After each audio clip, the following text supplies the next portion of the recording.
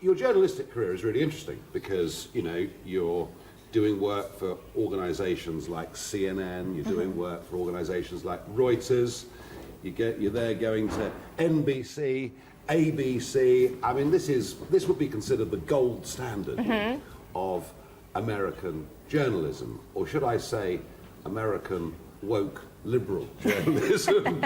I mean, CNN now appears to me to be a completely partisan political station that almost doesn't allow any other view to be put in place. Am I fair in saying that or not? I would agree with that. Yes, I worked there early in my career, and one of the things I was most disappointed about is just seeing the evolution, where I truly believe that a journalist is supposed to be a watchdog, not a lapdog for the government. And when I see journalists who are reinforcing and just spewing the same narratives that you hear from the government without fact-checking and without being skeptical, it really makes me question their integrity and makes me wonder what kind of information is being dispelled. And I want the right information to be out there because the public really needs to have the power.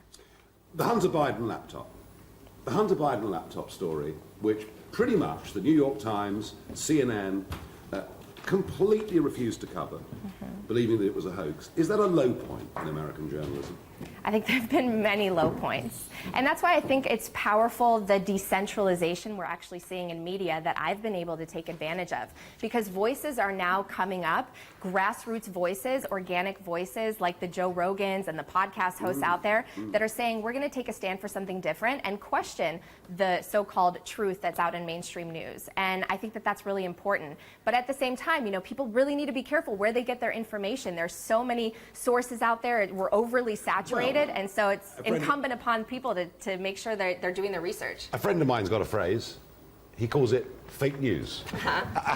What's fake and what's not is for us to decide. But you go from, you go, and this really is a story of modern media, because you go from those big establishment names, and you're doing your own thing, you're podcasting, you're going to Spectrum News, 1LA. Was it a big career risk to do this? I think so, but some of the most rewarding things take a lot of risk, and that's really what capitalism stands for, right? But in true capitalism, risk is rewarded and it's also punished. And what we have, I believe, as the result of monetary policy, central bank policy, and the powers that be, is crony capitalism, where the government essentially chooses winners and losers at the expense of everybody. Actually, I don't think crony capitalism is the right phrase. I think it's corporatism. And I could joke by saying woke corporatism, but it's actually corporatism, isn't it? And I saw this in the European Union particularly, that the way the globalists actually want the world to work is big business, big government, big banks. I mean, they operate completely hand in glove to the detriment. I mean, I don't think we've got capitalism. That's the point I'm making. I completely agree with you. And something that you said during the panels today at the Bitcoin conference really stood out to me, this idea of the power of the person. Sometimes I feel like we feel individually like we're powerless, but really there's so many of us and so few of the elites. And together, if we were not so divided and polarized, we could actually bring down this empire of debt. And Bitcoin is one of the ways that we are trying to do that. Well, we're going to bring down the empire of debt through inflation, aren't we? I mean, isn't that what's really going on? Doesn't inflation suit governments that have borrowed vast amounts of money during the pandemic, and indeed in the years ever since the financial crash of 2008. Exactly. Inflation suits the few at the expense of the many, which is why we're trying to really flip that system on its head. And now, thank goodness that we have this parallel system that we can opt into peacefully. And I urge your viewers to think, if your money is working for you, if you see yourself getting more prosperous every year, you see the cost of things around you getting cheaper, then maybe you don't need to think about Bitcoin. But if you see the opposite, if you see things getting more expensive, if you see your freedoms getting eroded, then Bitcoin is something you probably want to consider. Natalie, that's all well and good. But if I'd bought Bitcoin last November, as a store of money, I wouldn't be feeling too rosy about it right now, would I? Sure, but if you bought a house last year and it went down in value, are you checking the price of your house every single day? Well, Probably not, right? Hang on. Nice try. I mean, we're talking about 60-70% falls, aren't we? This is a very if you're doing it for purely investment purposes, it's volatile, isn't it? It is very volatile in the short term, but I would rather have an asset that's volatile in the short term but appreciating over the long run than something like our currencies, the US dollar, the British pound, that over the long run is depreciating and losing purchasing power. At the moment, the dollar, of course, is very strong against the yen, against the pound and everything else. But I emphasise that is at the moment. Now, podcasting really interests me. Podcasting, you mentioned Joe Rogan a moment ago, massive in the States. And you've got a couple of podcasts. You've got your Career Stories podcast.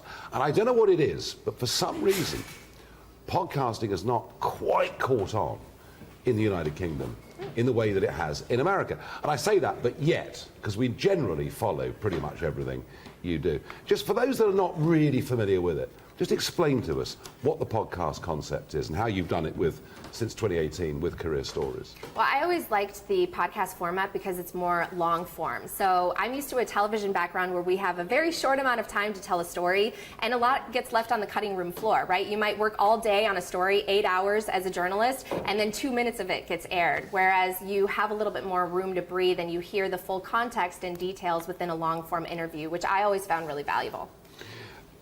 And numbers listening to podcasts, commercial opportunities through podcasts. There are people making huge money out of this, aren't there? Absolutely. Again, that decentralization of media through YouTube, through podcasting, really voices that are telling the truth and that the audience finds to be authentic are rising. The cream rises to the top. And I think people want to hear the truth, and they're not always getting it in mainstream sources. But isn't the problem there that you can do video content, maybe short video content, and you can post it on Twitter, you can post it on Facebook, you can post that or longer on YouTube. But what we have seen, particularly through the pandemic, that if anyone took a position that was different to that advocated by Dr. Fauci, if anyone dared have a concern about the vaccine, suddenly they were being cancelled, suspended, or perhaps even banned from these platforms. So it's not that easy still, is it? No, censorship is very real. I actually posted a quote on Twitter today that censorship is advertising paid for by the government. That's a quote from Federico Fellini, and it's really true, and it should scare people because right now there are corporations and big tech that are trying to censor certain types of voices. And that's why I think a censorship-resistant technology like Bitcoin, which is our money, which is our lifeblood, is really, really important to move toward. I get that. I mean, I'm going to come back to that. But we have that, but we do need a means of communication. We're here today as GBNews covering this story. Liam Halligan, our economics editor, has been doing hits in live all day. We're having this big debate. I can assure you no other British broadcaster would come and do this. They just wouldn't do this. So actually, these social media channels, as a means to get our conversations, our debates about Bitcoin and many other things that concern us, they're really, really important. If Elon Musk buys Twitter, that's presumably quite good news for free speech.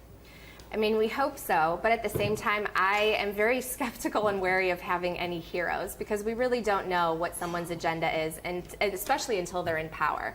So I am cautiously optimistic that he would make some changes, and he has questioned the idea of the misinformation that's been spread or accounts being censored or bots. But until we have him in power, we really don't know. And the new challenges, Truth Social, Parler, Getter, do you see them making headway?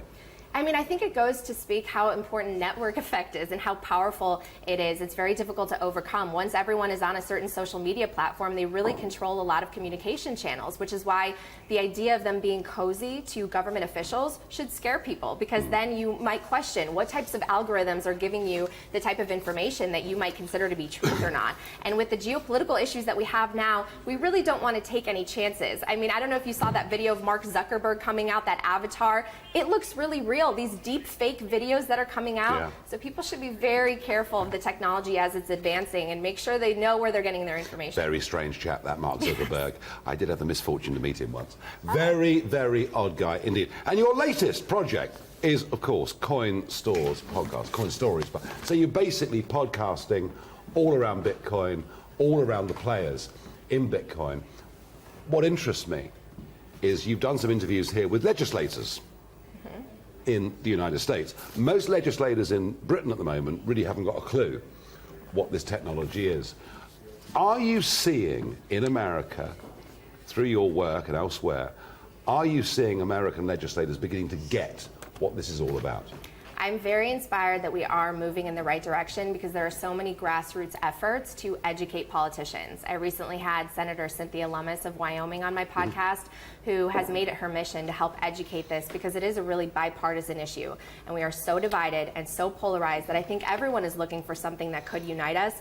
And what better thing than fixing our broken monetary system to the benefit of more people? The thought in modern day America of anything being bipartisan is really quite extraordinary. So there were Democrats and Republicans engaged with this, yeah? That's right. So Senator Cynthia Lummis actually partnered with Kirsten Gillibrand of New York, who's a Democrat, and they're working on bipartisan legislation, trying to bring the two sides together, shining a spotlight on why, based on the principles and the mission of Bitcoin, it can actually benefit, and it resonates with the values of both the Democratic Party and the Republican Party. Well, I tell you what, that sounds wonderful to me. I thought only the Queen could unite people on left and right, but if you can do it with your work, and if Bitcoin can do that, that's a very, very good thing. Natalie Brunell, thank you very much indeed for joining me on Talking Pints. Thank you.